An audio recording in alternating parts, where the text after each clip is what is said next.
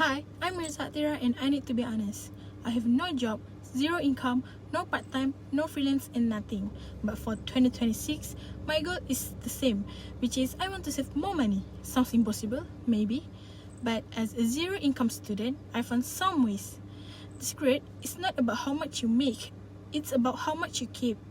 With no income, my strategy is different. Maximum saving and minimum spending. First, pay myself first from allowance. Every time I get allowance from my parents, I do this. 30% goes straight into a job and 50% for needs like transport, food, and 20% for flexible spending. Second, the coin jar challenge. Every time I get money or coins, it will straight go into the jar. Never use that money for spending. Third, save what you don't spend. Today I plan to buy RM2 water at cafe, but I brought a water bottle so that RM2 goes straight into saving jars and save what you don't spend. Fourth, no spend day challenge. Every week I choose 2 days as no spend days. Buy nothing at all.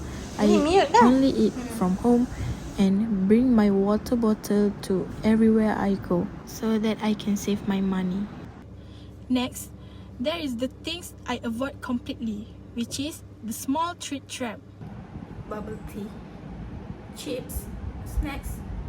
These small treats are silent killers. Second, subscription leaks. Netflix, share with family. Spotify, use free version with ads. Paid apps, delayed. Every RM10 ringgit to 30 subscription could be savings. Third, impulse online shopping. I did something drastic, which is I logged out of all shopping accounts. Passwords in books, not in phone. Or want to shop, must log in manually. Usually too lazy, barrier to entry. Fourth, food wastage. Eat half, throw half. No. Now I buy exact portions, so eat less waste and less spending. Next is about special zero income hacks. The swap economy. Finish reading a book, swap with friend. Don't wear clothes anymore, swap with roommate. No money needed, just exchange item.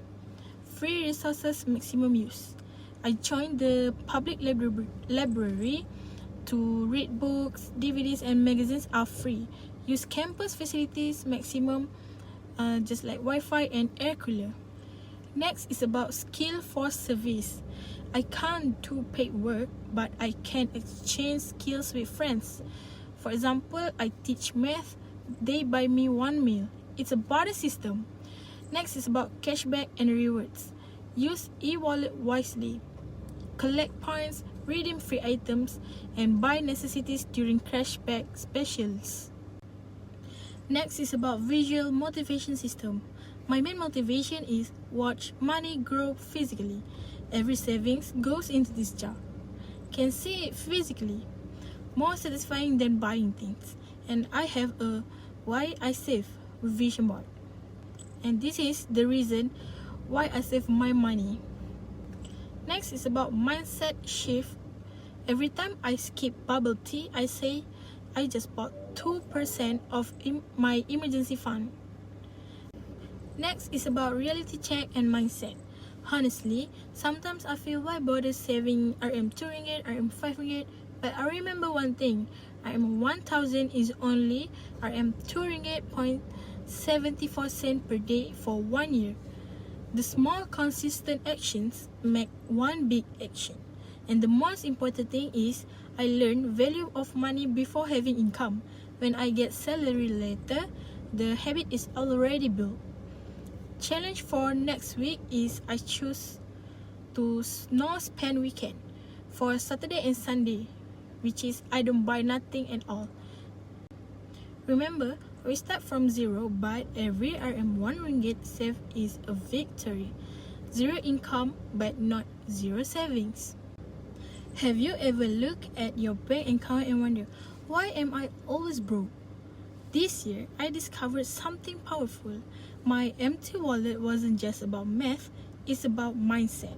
According to Chapter 2, which is Attitudes and Self-Concept, our financial situation is often just a reflection of our internal beliefs. And today, I want to show you how changing just 3 things from this chapter helped me to start saving money for the first time. Concept 1 is self-fulfilling prophecy. The book says we often act in ways that make our belief come true. For years, my belief was I'm bad with money, and guess what? I was always broke. I get allowance and immediately spend it, proving my belief right. And also, Chapter 2 taught me to change that belief to I'm learning to be good with money. Suddenly, my actions changed. I started tracking expenses. I save RM 5 ringgit here and RM 10 ringgit there. The old me is I'm bad with money, and the new me is I'm learning. This is self-fulfilling prophecy in action.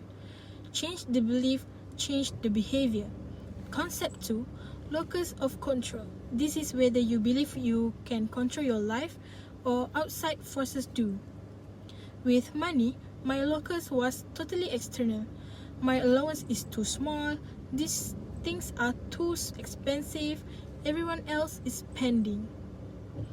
Chapter 2 taught me to shift to internal locus, which is now I can control how I spend my allowance. I choose what's worth buying. I decide my financial priorities. And concept 3, self-concept shapes behavior. We act in ways that match who we believe we are.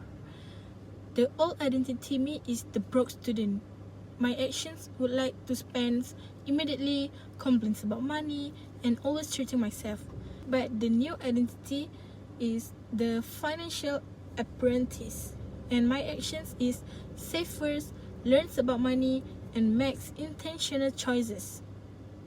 So every time I get money now, I say this is what a financially responsible person does and save 30% immediately. Why? Because that's what my new identity does. So how can you apply Chapter 2 to save money? There are 3 simple steps. First, audit your money beliefs. What do you secretly believe about money? Write it down. Then rewrite it positively.